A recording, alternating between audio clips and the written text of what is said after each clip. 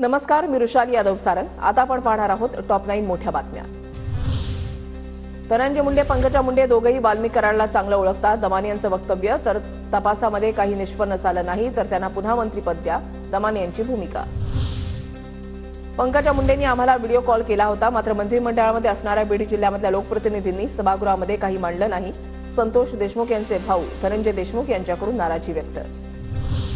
अंजली दमानी यांना बीड पोलिसांच्या गुन्हे शाखेकडून पत्र, पोलिसांनी दमानी यांकडून पुरावे मागितले। बीड हत्या प्रकरणातील 3 आरोपींची हत्या झाल्याचा दमानी यांचा दावा।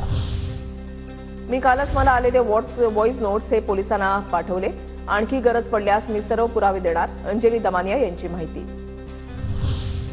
बीडच्या शिवाजीनगर पोलीस ठाण्यामध्ये रुपाली ठोंबरे पाटलांच्या विरोधात गुन्हा दाखल, जितेंद्र आव्हाडांचे कथित व्हॉट्सअप चॅट दाखवल्यानं 4 जणांवर गुन्हा। मी दाखवलेला व्हॉट्सअप चॅट जितेंद्र आव्हाडांचं स्क्रीनशॉट फेक असेल तर पोलीस तपासामध्ये समोर येईल, कोर्टामध्ये दूध का दूध पाणी का पाणी होईल, रुपाली पाटील आक्रमक। वाल्मिक कराड धनंजय मुंडे यांचा कार्यकर्ता तर वाल्मिक कराड खंडणीखोर, संजय गायकवाड यांची प्रतिक्रिया।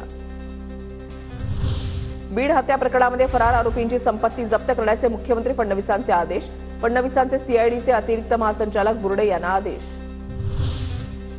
बंदुकीसोबत ज्यांचे फोटो आहेत त्या सर्वांचे परवाने रद्द करा, मुख्यमंत्री फडणवीसांचे बीड पोलीस अधीक्षकांना आदेश।